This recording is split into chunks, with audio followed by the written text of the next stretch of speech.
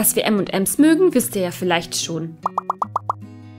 Dieses Mal gibt es einen M&M-Cake, den wir für eine Verlobungsparty gebacken haben. Je nach Anlass könnt ihr das Hochzeitspärchen natürlich auch durch andere Motive ersetzen. Das Rezept mit den genauen Mengenangaben ist wie immer unter diesem Video in der Infobox verlinkt oder ihr findet es direkt auf amerikanisch-kochen.de. Die Idee haben wir übrigens von cakecentral.com. Da es ein Schokoladenkuchen werden soll, wird als erstes eine Ganache aus Zartbitterschokolade hergestellt. Dazu wird Sahne aufgekocht und über die fein gehackte Schokolade gegossen. Nach ca. 5 Minuten, wenn die Schokolade vollständig geschmolzen ist, wird das Ganze glatt gerührt, mit Frischhaltefolie abgedeckt und für einige Stunden in den Kühlschrank gestellt, damit die Ganache streichfest werden kann. Dann geht's mit dem Rührteig weiter. Dazu wird zimmerwarme Butter mit Zucker und Vanillezucker oder Vanilleextrakt aufgeschlagen, bis die Butter deutlich heller geworden ist.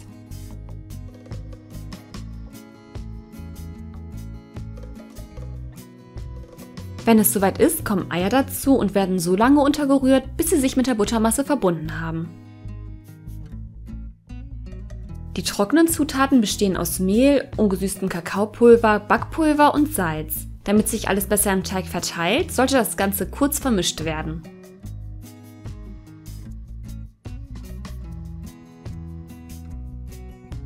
Anschließend wird die Mehlmischung im Wechsel mit zimmerwarmer Milch zu der Buttereimasse gegeben.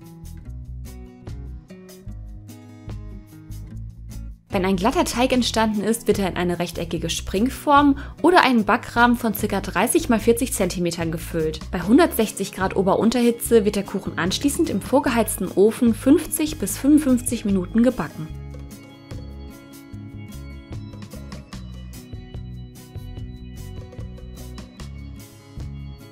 Nach dem Backen sollte der Kuchen komplett abkühlen, bevor er aus der Form gelöst wird. Wenn es soweit ist, kann er auf eine Tortenplatte gesetzt werden. Damit die Oberfläche des Kuchens schön ebenmäßig ist, wird er am besten mit der Unterseite nach oben auf die Platte gesetzt. Damit die Tortenplatte beim Einstreichen und Dekorieren sauber bleibt, könnt ihr einfach etwas Backpapier unter den Kuchenrand legen.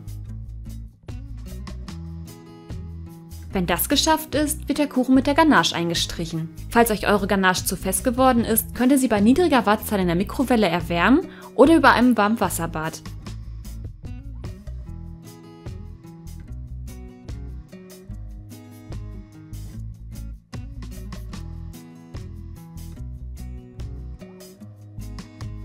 Dann kann es mit der Deko losgehen. Passend zur Schokotorte haben wir uns dieses Mal für einen braunen Rollfondant mit Schokoladengeschmack entschieden. Alle Infos dazu findet ihr auch nochmal in der Infobox und im Rezept. Der Fondant wird dünn ausgerollt, zurechtgeschnitten und der Kuchen zu 2/3 damit eingedeckt. Falls er sehr klebt, könnt ihr die Arbeitsfläche mit Puderzucker bestäuben.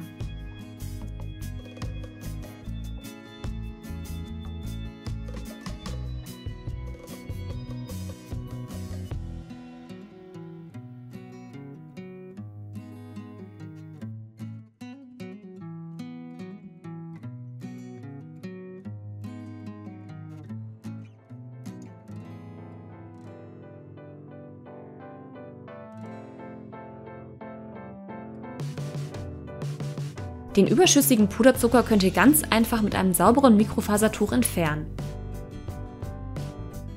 Da der Kuchen später aussehen soll wie eine große M&M-Verpackung, könnt ihr die Falz ganz einfach mit einer Gabel modellieren. Dann wird das Ganze noch in Form geschnitten und ein Streifen dünn ausgerollter Fondant als umgeklappter Verpackungsrand darauf fixiert.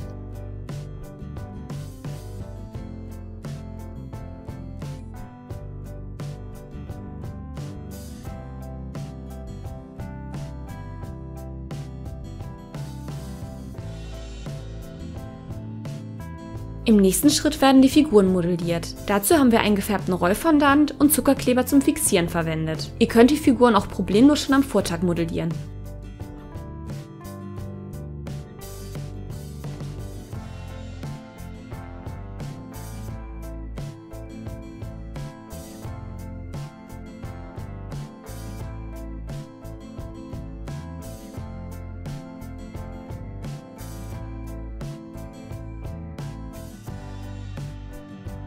Auch wenn das Ganze hier etwas chirurgisch aussieht, können solche kleinen Teile am besten mit einem scharfen Skalpell modelliert werden. Die Einweghandschuhe verhindern die Fingerabdrücke.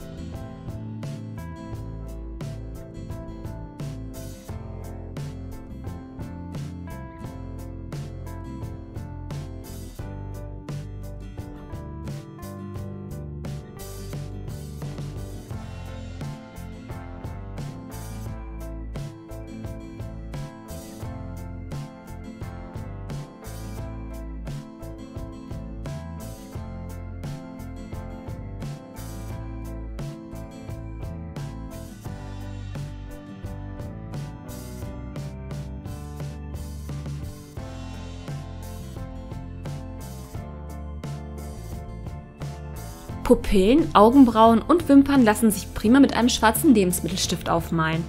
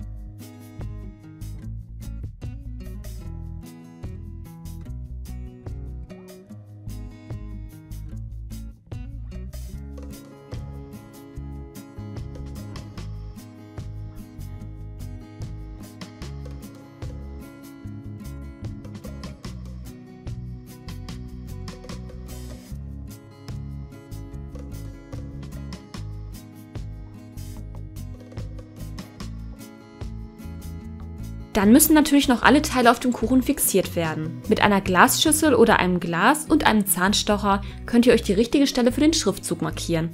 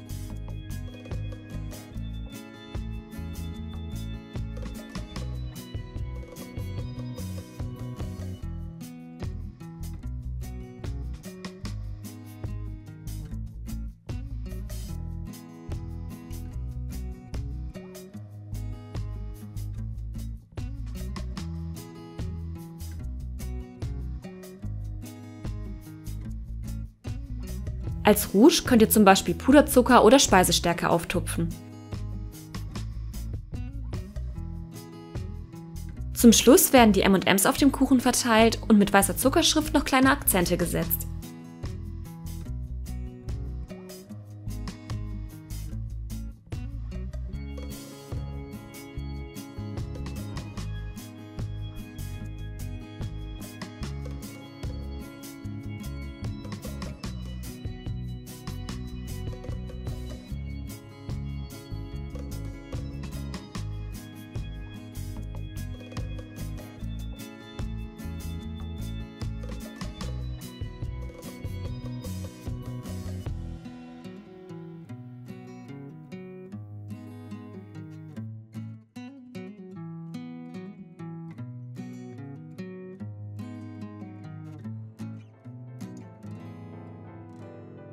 Wir hoffen, euch hat das Video gefallen und wenn ihr die Rezepte ausprobiert, würden wir uns riesig über Bilder auf Facebook freuen. Falls ihr genug vom amerikanischen Essen habt, geht es rechts oben zu unserem zweiten YouTube-Kanal Kochkino. Für alle, die mit mobilen Geräten zusehen, stehen alle Links auch nochmal in der Infobox.